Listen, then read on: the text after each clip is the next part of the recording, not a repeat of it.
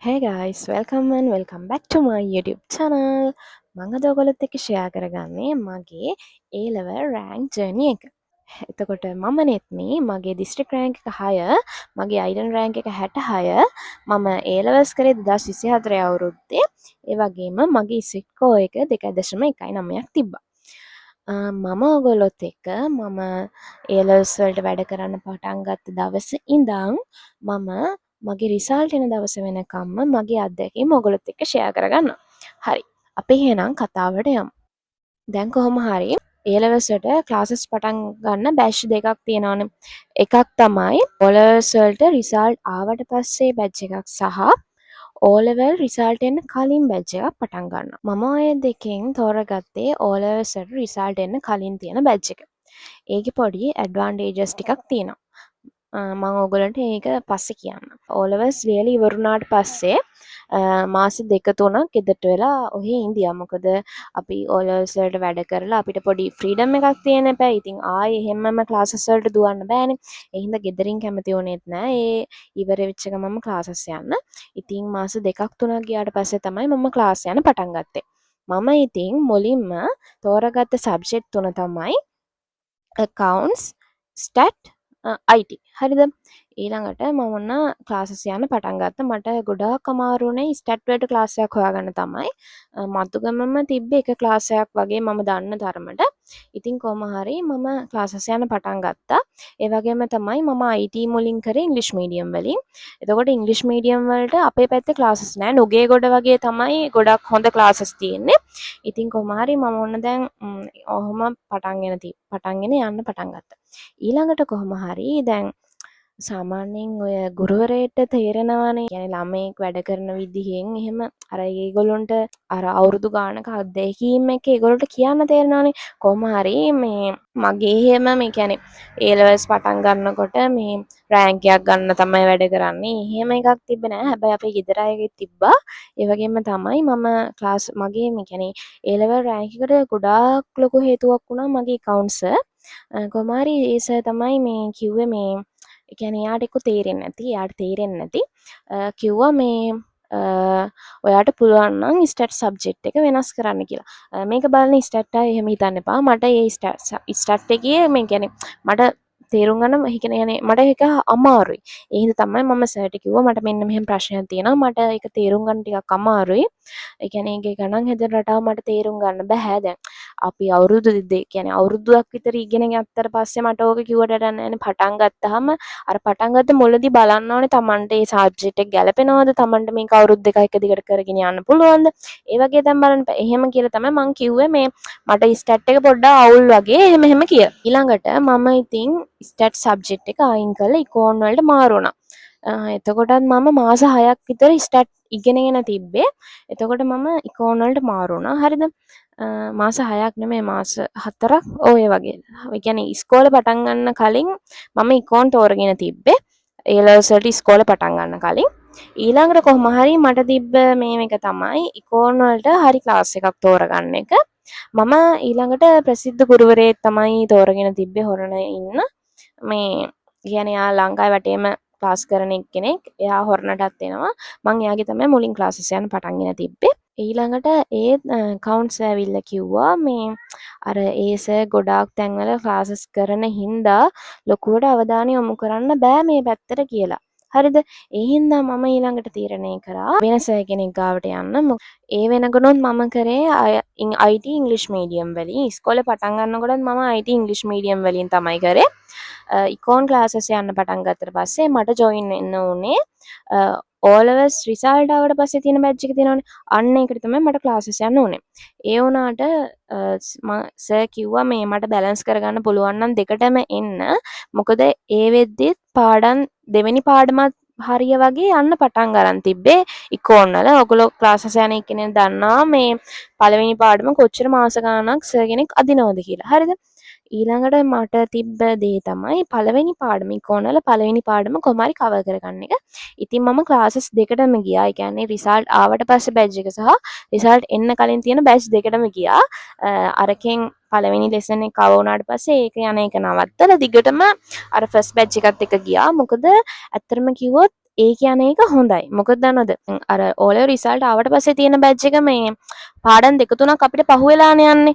ඒගොල්ලන්ට අන්තිම වෙනකොට කොහොම හරි සර්ලා බලන්නේ ඒ ක්ලාසස් දෙකම එකමට ජොයින් කරන්න. ඔය රිවිෂන් වගේ එනකොට ඒ ක්ලාසස් දෙකම එකට ජොයින් වෙනවා. එතකොට මට හිතෙනවා පොඩි මේ අවාසියක් වෙනවදෝ කියලා අර ළමයිට. ඒ හින්දා ඔයගොල්ලොත් ක්ලාසස් යන්න පටන් ගන්නවා නම් මම කියන්නේ ඕලෙවල් රිසල්ට් එන්න කලින් එහෙම යන්න තමන්ට කියන්නේ ඕලෙවල් ලිව්වට පස්සෙත් ඉතින් තමන්ට කියන්න පුළුවන් මෙන්න මේ වගේ මට්ටමක රිසල්ට් එකක් තමයි අපිට බලාපොරොත්තු වෙන්න පුළුවන් කියලා ඉතින් කියන්න බලන්න. ඒ හින්දා මගෙත් එහෙම බලාපොරොත්තුවක් තිබ්බ හින්දා මම කොහොමත් මුලින් ඉඳන්ම කොමර්ස් තමයි තෝරගන්නේ. ඉතින් කියන්නේ ඒ 9 නෙමෙයි මට ඒ 10ක් ආවා. මම බයෝ මැත්ස් කරන්නේ කොමර්ස් තමයි මගේ ඔළුවේ අයිඩියා එක තිබ්බේ. මොකද මට මේ ඒ ලෙවල්ස් වලට අර මහා ලොකුවට මැරිගෙන වැඩ කරන්න උවමනාවක් තිබ්බේ නැහැ. අර මම නිකන් නෝමලි වැඩ ටික කරගෙන අන්තිම කාලේ මහන්සියලා වැඩ කරලා එහෙම පාස් වෙන අයිඩියා එකක් තමයි මගේ ඔළුවේ මුලින් ඉඳන්ම තිබ්බේ. ළමයි ඊළඟට ඔන්න ඉස්කෝලෙත් පටන් ගත්තා. හරිද? ඉස්කෝලේ නම් මම මේ මුලදිම පටන් ගත්ත ගමන් තියෙන ස්පෝර්ට් මීට්නේ. ඒවට තමයි ඉස්කෝලේ ගියේ. කොහොම හරි මේ සෙක්ෂන් බාර සර්ට මම ගිහිල්ලා අපිට ඕ ලෙවල් උගන්වපු සර් කෙනෙක් දැකලා මම වඳින්න යනකොට කොහොම හරි ඉතින් එතන ඉඳපු අනිත් සර්ලටත් වඳිනවනේ. ඊට පස්සේ කොහොම හරි අපිට ඕ ලෙවල් උගන්වපු සර් ඇහුවා මේ ඔයා මොනවද තෝරගත්තේ කියලා. හරිද? මං ඊට පස්සේ කිව්වා මම කොමර්ස් කරන්න කියලා. ඊළඟට මේ අපේ සෙක්ෂන් හෙඩ් කිව්වා මේ මොකක්ද ඇහුවා ක්ලාස් එක. මං කිව්වා මේ 12D කියලා. හරිද? ඊළඟට ඇහුවා මම කවදාවත් දැකලා නැහැ නේ කියලා. ඊට පස්සේ මම hina වුණා. ඇත්තටම කිව්වොත් ඒ වෙද්දි මම පන්තියට ගිහිල්ලා තිබ්බේ නැහැ. ඒ කියන්නේ ඒ ලෙවල්ස් පටන්ගෙන සති දෙකක් විතර යනකම් අරවයි වැඩයි එක්ක ඉස්කෝලේ ගියේ නෑ. ඒ වගේ තමයි. ඒ කියන්නේ මට ලොකුවටම ඔළුවේ තිබ්බ ප්‍රශ්නේ තමයි දැන් මෙහෙම අපේ ඉස්කෝලේ ගොඩාක් රිසල්ට් A9 A8යි B එකේ එහෙම ගන්නවා ළමයි. හරිද? එතකොට ඒගොල්ලෝ ටක් ගාලා තෝරගන්න. ඒ කියන්නේ අපේ පන්තියෙන් භාගයකට වැඩි පිරිසක් කරේ මැත්ස් හෝ බයෝ. මැත්ස් හරි බයෝ හරි තමයි කරන්නේ. ඉතින් මේ අර සෙක්ෂන් එකෙන්ම හෙන පොඩි ප්‍රමාණයක් තමයි කොමර්ස් වගේ සබ්ජෙක්ට් එකකට එන්නේ. හරිද? ඉතින් එතකොට අර මට පොඩි අවුලක් තිබ්බා. මොකද මම ඕලෙවල් කළේ ඉංග්‍රීසි මීඩියම්නේ. අපේ 6 වසරේ ඉඳන් 11 වසර වෙනකම්ම පන්ති කැඩුන්නේ නැහැ ඉංග්‍රීසි මීඩියම් ක්ලාස් එකේ හින්දා. එකම ළමයි සෙට් එකක් තමයි ඉඳියේ. ඉතින් මට අර ඒගොල්ලොන්ගෙන් අයින් වෙලා අර අලුත් කට්ටියකට එකතු වෙන්න බැරි එහෙම එකක් තිබ්බා. අර ඉස්කෝලේ යන්න එපා වුණා වගේ කයල්ලක් තිබ්බා මේ ඒ ලෙවල්ස් එද්දී අර යාළුවෝ නැති ප්‍රශ්නත් එක්ක. ඊට පස්සේ ඒක ටික ටික සෙටල් වුණා. වා කියන්නේ මම මුල් කාලේ කෑම කද්දි වුණත් බත් එක අරගෙන යනවා බයෝ එකට. අර යාළුවෝ කට්ටියම ඉන්නේ එතනනේ.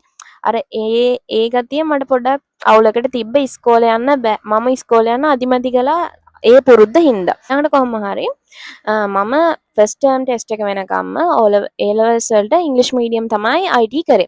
හරියට ක්ලාස් එකකුත් තිබ්බේ නැහැ අපිට මේ ඉංග්‍රීසි මීඩියම් ක්ලාස් එකක් අර ඒ කියන්නේ ළමයි ගොඩක් පිරිසක් තියෙන තරගයක් තියෙන පන්තියක් වෙනවනේ. ක්ලාස් තියෙනවා. බට් මට ඒකේ තරගයක් තියෙනවනේ. කියන්නේ හැම ළමයාම වැඩ කරන්න ඕනේ. එතකොට තමයි අනිත් ළමයා වුණත් අර වැඩ කරන්න හිතිලා වැඩ කරන්න එහෙම වුණාම තමයි තරගයක් තියෙනවනේ හැම පන්තියකම. කොහොම හරි මේ අපේ ඉස්කෝලේ IT ඉංග්‍රීසි මීඩියම් ටීචර් කෙනෙක් නෑ උගන්වන්න. ඕ ලෙවල්ස් තිබ්බට ඒ ලෙවල්ස් වලට නෑ. ඉතින් මම ඒ පීරියඩ් වල පීරියඩ් කට් කර මොකද මම සිංහල මීඩියම් ඉගෙන ගන්න. ඉතින් සිංහල මීඩියම් මිස් වෙන්නේ එතකොට මිසුට්ටත් අහුවෙලා තිනවා පළවෙනි දවසේම මේ පීරියඩ් කට් කරලා. ඊළඟට ඉතින් මම එකම දෙයට කියන්නේ ඉංග්‍රීසි මීඩියම් කියලා. ඊට පස්සේ මිස් කියනවා එහෙම බෑ ඔයා පන්ති ඉන්න ඕනේ කියලා. කොහොම හරි මේ ලකුණු ආවට පස්සේ ඔන්න બોලේ මගේ ලකුණු ගොඩාක් අඩුයි. ඊළඟට මිස් කිව්වා මම මුලින් හිතන් ඉද්දී ඉංග්‍රීසි මීඩියම් කරනකොට මේ සිංහල මීඩියම් කරනකොට සිංහලෙන් විතරයි වචන ලියන්න පුළුවන් කියලා. ඊළඟට එහෙම දෙයක් නෑ කිව්වා. ඉංග්‍රීසි වලිනුත් වචන ලියන්න පුළුවන් කිව්වා. ඒ හින්දා මට හිතුණා එතකොට ලොකු ඉෂුව එකක් නෑනේ මට ඉංග්‍රීසි වචනත් පාවිච්චි කරන්න පුළුවන් කියන්නේ එතන ලොකු ඉෂුව එකක් නෑ. ඒ හින්දා මම තීරණය කරා මගේ ලකුණුත් ගොඩක් අඩු හින්දා ඉංග්‍රීසි මීඩියම් නැතුව සිංහල මීඩියම් කරනවා කියලා. එතකොට මට ඉස්කෝලේනොත් දෙයක් ඉගෙන ගන්න පුළුවන් මේ පීරියඩ් එක. නැත්තම් මං අර අනිත් පීරියඩ් දෙකට විතරයි මම ඉස්කෝලේ යන්නේ. ඉකෝනුයි accounts විතරයි මගේ ඔළුවේ තියෙන්නේ. IT පීරියඩ් එක මම නිකන් ඉන්නවා එක්ක ලයිබ්‍රරි ගිහින් නිදා ගන්නවා. ඒ වගේ එකක් තමයි මම කරේ. ඔයගොල්ලෝ එහෙම කරන්න එපා. හොඳේ. මම මගේ කතාවනේ කියන්නේ. එහෙම තමයි මම ඔන්න මුල් ටිකේ කරේ. ඊළඟට ඔන්න මාස 6කට පස්සේ එතකොට මාරුණා. ඊළඟට මට තිබ්බ ගේම් එක තමයි අර ඉතුරු අර දැන් මාස 6කට විතර පස්සේනේ මම මාරුනේ. එතකොට දැන් A level පටන් ඒ කියන්නේ A levels වලට ක්ලාසස් පටන් අරගෙන ඒක ගොඩක් කල් අර අපේ ටර්ම් ටෙස්ට් යන මාස 6කින් විතරනේ. අතකොට ඔයගොල්ලෝ හිතලා බලන්න කාල පරතරය කොච්චරක්ද කියලා මම මේ කියන්නේ මීඩියම් එක මාරු කරද්දි ඊළඟට කොහොම හරි මට තිබ්බ දේ තමයි අර මට මිස් වෙච්ච සිංහල මීඩියම් වලින් මිස් වෙච්ච පාඩම් ටික කවර් කරගන්න එක. අනික මට සිංහල වචන O levels වලදීවත් අහුවෙලා නැහැනේ. පරිටි ගන්න එක්කෙනෙක් නම් දන්නවා. පළවෙනි පාඩම් ටික O levels related ඒවා තමයි තියෙන්නේ. ඒත් මට O levels වලදී ඉංග්‍රීසි මීඩියම් කරපු හින්දා A level paper එක එතකොට සිංහල නෑනේ. එතකොට මම මේ වචන ටික අල්ලගන්න එපා. ඊළඟට මම ඒ ටික කවර් කරගෙන මට ලොකු උදව්වක් වුණා. ඒ කියන්නේ IT ක්ලාස් ගියපු සර්ට මේ අපේ accounts කරන සර් කියලා තිබ්බා මේ එහෙම එක්කෙනෙක් එනවා එහෙම බලන්න කියලා. ඒ හින්දා මට ඒකේ නෝට් ටිකක් හම්බෙලා මම ඒ ටික ටක් ගාලා කවර් කරා. මම ඒ කාලේ වැඩිපුර IT වලට ෆෝකස් එක දුන්නා. මට ලකුණුත් අඩුයි. එහෙම කියන්නේ පොඩි ප්‍රශ්න ටිකක් තිබුණා. මම අන්තිම වෙනකම්ම IT වලට තමයි ලොකුම ෆෝකස් එක දුන්නේ. ඊළඟට කොහොම හරි ඔහොම යනකොට පේපර්ස් කරන්න පටන් ගන්නවානේ. අනේ ළමයි ඔයගොල්ලෝ යනවනම් අනිවාර්යෙන් පේපර් කරන ක්ලාස් එකකට යන්න. පේපර් කරන්න නැති පන්ති වල නම් ගිහිල්ලා වැඩක් නැහැ. තියරි කොච්චර කවර් කරත් වැඩක් නැහැ. මොකද ඔයගොල්ලන්ට අන්තිමට එන්නේ ඒක ඔයාලා බලන්න ඕනේ ප්‍රැක්ටිකලි ඇප්ලයිඩ් කරන්න පුළුවන්ද කියලා. ඒ කියන්නේ දැන් ඔයා හිතන්න ඔයාලගේ පන්ති වල ඕන තරම් ඇති. දැන් මට ඒකට ගොඩාක් නෝට් වෙච්ච දෙයක් තමයි accounts class එකේ පන්තියේ ඉන්නම ඒ වෙලෙට ටක් ගාලා ගන්න හදන ළමයි. හැබැයි ඒගොල්ලන්ට පේපර් එකක් දුන්නාම ඒගොල්ලෝ ලකුණු අඩුයි. හිතා ගන්නම බැරි තරමට ඒගොල්ලන්ට ලකුණු අඩුයි. මටත් ඒක පළවෙනි පේපරේ වුණා. මම එතකොට මේ පේපරයක් දෙනවා කිව්වහම මං කරේ පොට් ටික බලාගෙන ඊයේ. ඒක පේපරයක් කරලා ගියේ නෙමෙයි. ඊට පස්සේ සර් මගෙන් බලාපොරොත්තු වුණා මට වැඩි ලකුණු සංඛ්‍යාවක් තියෙයි කියලා. හැබැයි මට තිබ්බේ නෑ. හරිද? ඊළඟට මම ඊළඟ සැරේ ඉඳන් පේපර්ස් පුරුදු වෙලා තමයි ගියේ. කියන්නේ පේපර් වලින්ම තමයි ඕගොල්ලන්ට එන්නේ. පේපර් කරන්න පුරුදු වෙන්න තමයි ඕගොල්ලන්ට ඒකේ හැකියාව ලැබෙන්නේ. ඒ හින්දා මම පේපර් කරලා ගියා. ඊළඟට මගේ ටික ටික ලකුණු ග්‍රෝ වුණා. අනිත් ක්ලාසස් වලත් එහෙමයි. ඇත්තරම මේ මම ගිය ක්ලාසස් වල පේපර්ස්ම මාර විදියට ලිව්වා. දැන් IT ගත්තොත් පේපර්ස් 50කට වඩා ලියන්න ඇති. accounts උත් එහෙමයි. අනික මේ ලිව්වට විතරක් මදි ඩිස්කෂන් එකත් යන්න ඕනේ. මොකද ඔයා කියන්නේ ඔයාගේ වැරදි කියලා දන්නා වුණා. ඔයාට වැරද්ද දාලා තියෙනවා. හැබැයි ඔයා දන්නේ නැහැ මේකට හරි උත්තරේ මොකක්ද කියලා. එතකොට වැඩක් නැහැ. මේ ඔයාලට රිලේෂන්ෂිප් එකක් තියෙනවා නම් මේ කාලේ මම කියන්නේ ඔයගොල්ලන්ට අන්තිම මාස 6 තියලා රිලේෂන්ෂිප් එකක් පටන් ගන්න එපා. එහෙම යාළු වෙන්න එපා. මොකද එතකොට ඔයගොල්ලෝ පටන් ගන්න මුල කියන්නේ ඕගොල්ලන්ට කතා කරන්න දේවල් ගොඩ. එතකොට ඒ කියන්නේ කතා කරන්න දේවල් ගොඩ කියන්නේ ඕගොල්ලන්ට ආරගේ ආසාව තමයි වැඩිපුර තියෙන්නේ. එයාත් එක්ක කතා කරගෙන ඉන්න ආසාව තමයි වැඩිපුර තියෙන්නේ. ඒ හින්දා මං කියන්නේ අන්තිම මාස 3 දින රිලේෂන්ෂිප් එකක් පටන් ගන්න එපා. ඒ වගේම තමයි ඕගොල්ලන්ට තියෙන රිලේෂන්ෂිප් එක අර ඊට වඩා එක්සෑම් එක ෆෝකස් කරන්න. අනික ඔයාගේ පාර්ට්නර් හොඳ කෙනෙක් නම් දන්නවා මේ ළමයා එක්සෑම්ස් තමයි මුලින්ම කරගන්න ඕනේ. ඕගොල්ලන්ට ලව් කරන එක නම් ඕන කාලෙක කරගන්න පුළුවන්. හැබැයි එක්සෑම් එක දැන් ඔයාලා හිතන්න ඕගොල්ලෝ එක්සෑම් එක අනාගෙන සෙකන්ඩ් ෂයි ආපහු කරනවා කියන්නේ ඕගොල්ලන්ගේ ආයෙ අවුරුද්දක් ඔයාලා අර එකම පොත ආයෙ බල එපා වෙන්නේ නැද්ද ඇත්තට? එකපාරින් ගොඩ යන්න බල. කොහොම හරි මම කියන්නේ මුලදී එහෙම වැඩ කරේ නැහැනේ. කියන්නේ මුලදී පේපර් එකක් තියෙනවා නම් ඒකට මහන්සි වෙලා වැඩ කරනවා. ඒ වගේ තමයි මේව කරගෙන ගියේ. IT වල මුලදී ලකුණු අඩුවෙන් තිබ්බේ. ඒ වගේම තමයි IT වල මට ලකුණු අඩු හින්දා මගේ හිතේ බයක් තිබ්බා. මට බැරි හින්දා පේපර් ලියන්න නැතු මම කරපු ලොකුම මෝඩකමක් තමයි අපේ IT ක්ලාස් එකේ පේපර් ක්ලාස් එකක් පටන් ගත්තා. මම කරන්නේ මම කොහමයි ලයිසන් එකක් ගත්තනේ මේ එක්සෑම්ස් වලට කලින්ම මම ලයිසන් එක ගත්තා. ඒතකොට ට්‍රේනින් යන්න එපා. මම කරන්නේ අර IT ලියන්න තියෙන පේපරේ තියෙන පැය දෙක තියෙනවානේ. ඒ පේපරේ ලියන්න තියෙන පැය දෙකකින් මම කරන්නේ මේ ලයිසන් එක ගන්න ට්‍රේනින් යන එක. හරිද? ඊළඟට කොහොම හරි 10 හරි 11 හරි පේපරේ යනකොට මම ඔන්න ලිව්වා. ලියද්දි මම 10 වෙනියා වුණා. පේපරේ 10 වෙනියා වුණා. එතකොට මට අර අමුතු කික්යක් ආවා. අයියෝ මම හිතන් ඉදියට මට පුළුවන් නේ කියලා. හරිද? ඊළඟට මම ඔන්න දිගට ඊළඟ පේපරේට හොඳට පාඩම් කරලා වැඩ කරා. ඊළඟට ඒකේ 2 වුණා ඔතකොල. ඊළඟට 1. එහෙම ඊළඟට දිගටම ගොඩාක් සංඛ්‍යාවක් මම එක වෙන්න පටන් ගත්තා. එතකොට මට අර අමුතු කික්යක් මට කරගන්න පුළුවන් එහෙම කියලා. කොහොම හරි ඒ වගේම තමයි IT වලට මම පේපර්ස් වල විවරණමයි ලිව්වේ. ඒ වගේම තමයි ඉකෝන් කියන්නේ මට මුලදී ගොඩාක් අමාරු වෙච්ච සබ්ජෙක්ට් එකක්. මොකද මම අර පාඩම් කරන පැත්තට වැඩිපුර බරක් දාන එක්කෙනෙක් නෙමෙයි. මට පාඩම් කරන්න කම්මැලි. මට ඕනේ තර්ක පැත්ත. මොකක් හරි තර්කයක් තියෙනවා නම් ඒ තර්කය වලට දාලා හිතන එක තමයි මං ආස දේ. ඉකෝන් වලට අන්තිම කාලේ වෙනකම් මම බය වෙලා ඉඳී. ඒ කියන්නේ ඉකෝන් වල පළවෙනි අපේ ක්ලාස් එකේ පළවෙනි 10ට එනවා කියන්නේ මාරම අමාරු වැඩක් වුණා. මං කියන්නේ මම ඉකෝන් ක්ලාස් එකේ පළවෙනිය වෙලා තියෙන එකම එකපාරයි.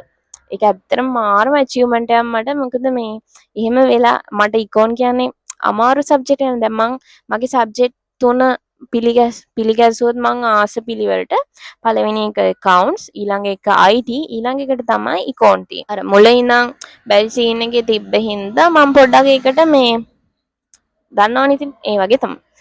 කොහොම හරි අන්තිම මාස 6 තියලා තමයි මම මේ ගොඩාක් වැඩ කරන්න පටන් ගත්තේ. ඒ කියන්නේ සාපේක්ෂව වැඩි වැඩ ප්‍රමාණයක් කරන්න පටන් ගත්තා. අන්තිම මාස 3 ඊට වඩා වැඩි කරා. අන්තිම මාසේ විතර ගොඩාක් පැය 15ක් විතර වැඩ කරා දවසට, සමහර දවස්වලට. ඒ වගේම තමයි ඒ කාලේ මගේ යාළුවෙකුත් අපේ ගෙදර ඇවිල්ලා නැවතුණා. එතකොට අපි දෙන්නම කරන්නේ ලයිබ්‍රරි ගිහිල්ලා පාඩම් කරනවා. ඒ වගේම තමයි ඔයගොල්ලෝ ඔය කියනවනේ එක එක ළමයි ඉන්නවා සද්ද බද තියෙනකොට පාඩම් කරන්න බෑ කියලා. අනේ ඔයගොල්ලෝ අපේ ගෙදර ඇවිල්ලා බලන්න. අපේ ගෙදර තියෙන පාරයි නිකන් කනට තිබ්බා වගේ තමයි. උදේ දවල් රැයක් නෑ බස් යනවා. හැම වාහනයක් පාසාම මෙතනින් යනවා. ඉතින් එහෙම පාඩම් කරන අමාරුවක් කියලා එකක් නෑ. ඕගොල්ලෝ ඒකට ඔළුව දෙනවා නම් තමයි ඔයගොල්ලන්ගේ ඒ ගතිය එන්නේ. ඉතින් මම කරන්නේ ඒකට මට සොලියුෂන් එක තමයි මම ලයිබ්‍රරියට යනවා. එතකොට මට කවුරුත් කරදර කරන්න එක්කෙනෙක් නැහැ. එහෙම සද්ද බද්දත් නැහැ. වැඩ කරා මගේ පාඩුවේ මට වැඩ ටික කරගෙන යන්න පුළුවන්. ඔයගොල්ලොත් එහෙම මොකක් හරි ඩිස්ට්‍රැක්ෂන් එකක් තියෙන ළමයෙක් නම් අනිවාර්යෙන්ම ඔයගොල්ලන්ගේ පබ්ලික් ලයිබ්‍රරි එක තියෙනවනේ. ඒ වගේ ලයිබ්‍රරි එකකට යන්න. හැබැයි ඔය සමහර ලයිබ්‍රරි තියෙනවා. දැන් හොරන් ලයිබ්‍රරි එක ගත්තොත් මේ සෑහෙන්න සෙනග. හැබැයි ඉතින් තමන් වැඩේ කරගන්න දන්නවනම් එහෙම ප්‍රශ්නයක් නැහැ. Tamanට ඒ තැන වැඩේ කරගන්න පුළුවන්. අන්තිම මාස කාලේ සැරටම වැඩ කරන්න. හරිද? ඒ කියන්නේ ඕගොල්ලෝ වැඩ කරපු නැති ළමෙක් නම් ඔයාලා ඉතින් අනිත් කාලේ කරේ මොකද? ඒ කාලේ ඔයාලා ආතල් ගත්තා නම් අන්තිම කාලේ හරි කැප කරන්න. නැත්නම් ඔයාලා හිතන්නකෝ ඕගොල්ලෝ ආයේ අවුරුද්දක්ම ආයේ ඔය ටික කරනවා කියන්නේ එකම දේ ආයේ අම්මා තාත්තගේ සල්ලි අපරාදේ. ඒකත් අපරාදේ. ඒ වගේම තමයි අපේ ගෙදරින් මාර සපෝට් එකක් දුන්නා. ඒ කියන්නේ මට මොනවා හරි පාඩමක් බැරි නම් ඒකට මාර විදිහට ඒගොල්ලෝ හෙල්ප් එකක් දුන්නා. මොකද්ද අපි දැන් කරන්න ඕනේ? එහෙම කියලා අපේ තාත්තා එන ඒ වැත්තෙන් මාර විදිහට බලනවා.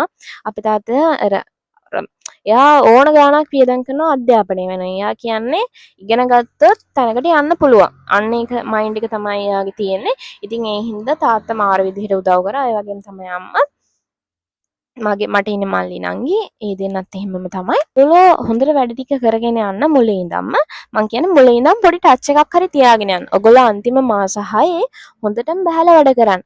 මට ඒ වගේම තමයි මම ඔයගොල්ලෝට කලින් වීඩියෝස් වලත් කියලා තියෙනවා. මම අර ස්ටඩි ඇප්ස් එහෙම යූස් කරා. ඒවත් ඔයගොල්ලෝ අනිවාර්යෙන් යූස් කරලා බලන්න. ඒක ගොඩාක් ප්‍රොඩක්ටිවිටි එක වැඩි කරනවා. ඒ වගේම තමයි අන්තිම කාලේ වෙනකොට ඇඟට පුදුම තරම් මහන්සියක් දැනෙන්නේ. ඒ මහන්සිය අඩු කරගන්න මම ඒ කියන්නේ අපිට ඒ කාලේ අවශ්‍ය වෙන්නේ කෑමයි නිින්දයි තමයි. මම මොකක් හරි මම බ්‍රේක් එකක් ගන්නවා නම් ඒ බ්‍රේක් එක කරන්නේ මම නිදාගන්නේ. ඒ වගේම තමයි දැන් මම ක්ලාසස් යනකොට වුණා මට ලොකුම තිබ්බ මේ ඇඩ්වාන්ටේජ් එක තමයි මම ක්ලාස් ගිය ඉන්ස්ටිටියුට් එකේ රිවිෂන් එකයි තියරි එකයි ඔක්කොම එක දවසට ගත්තා. එතකොට මට සතියේ දවස් 4ක් ෆ්‍රී තිබ්බා. එතකොට මම කරන්නේ ඒ දවස් 4 බෙදාගෙන මම ඔයගොල්ලන්ට කලිනුත් කිව්වා තියෙනවා මම කරන්නේ එක දවසකට එක සබ්ජෙක්ට් එකක්. ඔයගොල්ලෝ සබ්ජෙක්ට් දෙකක් ඕනත් කරන්න. හැබැයි සබ්ජෙක්ට් තුනම එක දවසට දාගන්න එපා. එහෙම මට හිතෙනවා එහෙම වැඩක් වෙන්නේ නැති වෙයි කියලා. ඔයගොල්ලෝ සබ්ජෙක්ට් දෙකක් කරන්න. ඔයගොල්ලන්ට එක සබ්ජෙක්ට් එකක ඉල්ලලා ඉන්න බැරි නම් මෙහෙමනේ ඔයගොල්ලෝ කොච්චර ක්ලාසස් ගියාට වැඩක් නැහැ. ඔයගොල්ලෝ self study කරන්න ටයිම් එකක් නැත්තම් ඔයගොල්ලන්ට self study කරලා ඔයා ඉගෙනගත්ත දේ ආපහු අධ්‍යයනය කරන්න තමන් ධාරණය කරගත්තද කියලා බලන්න වෙලාවක් තියෙන්න ඕනේ. ඒ හින්දා අනිවාර්යෙන් ඒ දේත් කරලා බලන්න. හරි. ඔයා ලකුණු අඩු ළමයෙක් කියමුකෝ. හරිද? ඔයා කියන්න අපේ ක්ලාස් එකේ ඉඳියා. මුලින් ඉස්කෝලේ එන්නත් බෑ කියලා අඬපු ළමයි. හරිද? ඒ ළමයා ඉකෝන් ක්ලාස් එකේ පළවෙනි 10 දෙනාට ආවා. මට ඇත්තටම කිව්වොත් මාරම හැපි. ඔයා හිතන්නකෝ දැන් ඒ කියන්නේ මට ඒ දේ තියෙනවා. ඒ කියන්නේ ළමෙක් අර ඇචීව්මන්ට් එකක් ගත්තොත් මට මාරම හැපි. ඒ කියන්නේ ඒ ළමයා ඒ දෙයට කැපකිරීමක් කරලා තියෙනවනේ කියලා මම ඒකට සතුටු වෙනවා. මං ඊට පස්සේ ඒ ළමයාත් එක්ක ගිහින් කතා කරා. ඔයා කොහොමද වැඩ කරේ? මේ ඇත්තටම මාරයිනි කියලා. හරිද? ඊළඟට එයා කිව්වා මේ පේපර් කරා. ඊට පස්සේ වැඩිපුර මහන්සි වුණා කිව්වා. ඒ කියන්නේ අපේ ඉකෝන් ක්ලාස් එකේ පළවෙනි 10ට එනවා කියන්නේ මාරම ගේම් එකක්. හරි. ඔයගොල්ලන්ට ඇත්තටම එහෙම වැඩ කරනවා නම් තමන්ගේ උනන්දුවෙන් වැඩ කරනවා නම් ඔයගොල්ලන්ට තැනකට එන්න පුළුවන්. බෑ කියලා කෙනෙක් නැහැ. ඔයගොල්ලෝ හાર્ඩ්වෙර්. ඒ වගේම තමයි මොටිවේෂන් එක නෙමෙයි වටින්නේ ඕගොල්ලෝගේ කන්සිස්ටන්සි එක. ඒ කියන්නේ ඔයාලා මොටිවේෂන් එක දැන් අද මම වැඩ කරනවා කියලා ඕගොල්ලෝ අද විතරක් වැඩ කරනවා. එහෙම වැඩක් නැහැ. ඕගොල්ලෝ හැමදාම වැඩ කරන්න ඕනේ. කන්සිස්ටන්සි එක තමයි තියෙන්න ඕනේ. මොටිවේෂන් එක මෙහෙම ගියා මෙහෙම ඉවර. හැබැයි ඕගොල්ලෝ හැමදාම වැඩ කරනවා නම් ඒක මෙහෙම හරි අඳා පැවතිනවා. ඕගොල්ලෝ අඩු වැඩි වෙනවා තමයි. හැබැයි ඕගොල්ලෝ හැමදාම ඒක කරනවා. තේරුණාද? රිසල්ට් ආපු දවස. දැන් මම මේ එක්සෑම් එකට මම බය ළමයෙක්නේ. ඒ කියන්නේ මගේ තියෙන දේ තමයි ඒක මගේ නරක දෙයක්. හරිද? මට පුළුවන් තරමට වඩා අඩුවෙන් හිතන් ඉන්න එක්කෙනෙක්. මම දැන් රෑන්ක් එකක් ගන්නවා කියලා මගේ ඔළුවේ නෑ. අයියෝ මං කොහමද මෙහෙම දිස්ත්‍රික් එකක පළවෙනි 10 දෙනාට එන්නේ? ළමයි කී දෙනෙක් ඉන්නවද? මට පුළුවන් ද එච්චර දෙයක්. ඒ වගේ තමයි මම හිතන්නේ. හැබැයි මගේ වටේ ඉන්න අය මට පුළුවන් කියලා විශ්වාස කරා. ඒක මම ටික ටික හදා ගන්න ඕනේ. මම ඒක හදා ගන්න ඕනේ. මාව පහත් කරලා හිතන එක. කියන්නේ මගේ වටේ ඉන්න අය මාර විදිහට ඒ කියන්නේ මොටිවේට් කරා ඔයාට මේ තැනට යන්න පුළුවන් කියලා.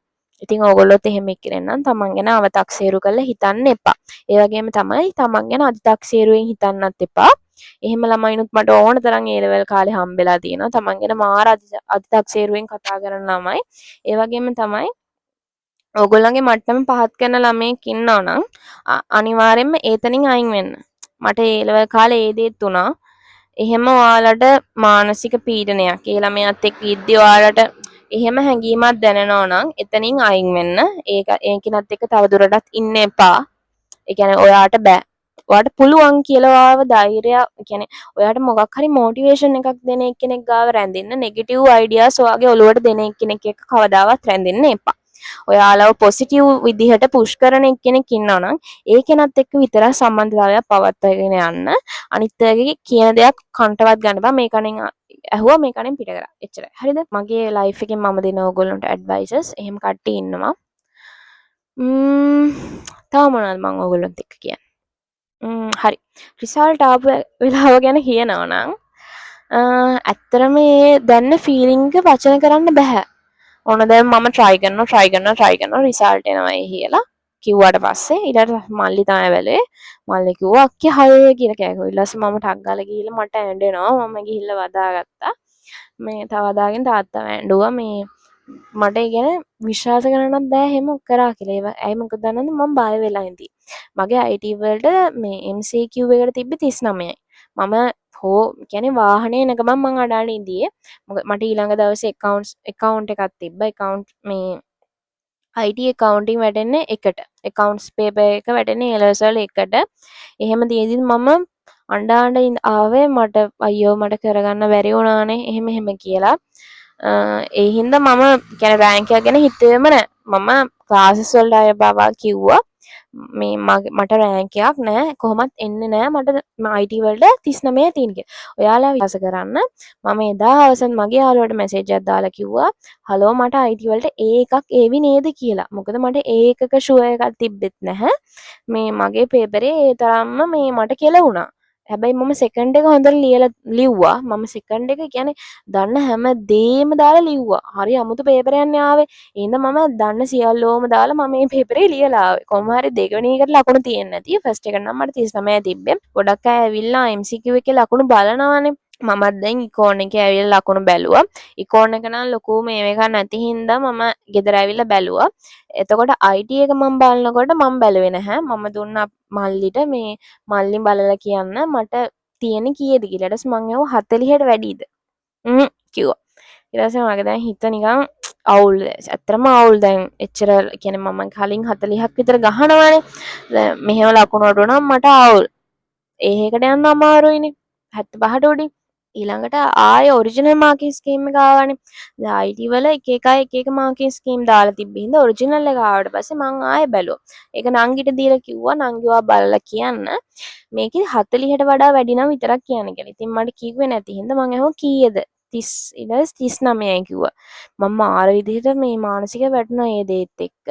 මොකද මට එන බයක් තිබ්බා. අර ලැජ්ජයිනේ දැන් මේ රිසල්ට් එක අඩු වුණොත් අර එහෙම එකක් තියෙනවනේ පන්තියේ මේවා අරගෙන එහෙම අරගෙන රිසල්ට් එක බැහිනවා කියන්නේ ඉතින් ටිකක් ලැජ්ජයිනේ. ඔක් ගැන කතා වෙනවනේ කට්ටිය මේ අරයා මෙහෙම වුණාට මේ රිසල්ට් එක මෙන්න මෙහෙමයි එහෙම කියලා කට්ටිය කතා වෙනවා.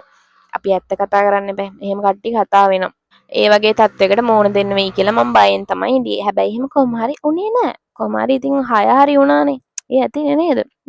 අයියෝ මේක නම් මට වැඩිත් එක්ක මේ හරි ඉතින් ඕගොල්ලොත් අනිවාර්යෙන්ම වැඩක් කරන්න. ඒ වගේම තමයි මම ස්ටඩි ටිප්ස් වීඩියෝස් දාලා තියෙනවා. ඒවත් අනිවාර්යයෙන්ම ඔයගොල්ලෝ බලන්න. ඕගොල්ලන්ට ඒවා ගොඩාක් වැදගත් වෙන ටිප්ස් තමයි මම ඕගොල්ලන්ට දාන්නේ. ඉතින් අනිවාර්යයෙන්ම ඒවා try කරලා බලලා මට කමෙන්ට් එකක් දාන්න. හරි. එහෙනම් ඕගොල්ලන්ට තව මොනවා හරි මගෙන් අහගන්න තියෙන ප්‍රශ්න තියෙනවා නම් මේ පල්ලෙහෙන් කමෙන්ට් එකක් දාගෙන යන්න. එහෙනම් අලුත් වීඩියෝ එකකින් හම්බ වෙනකන් bye bye.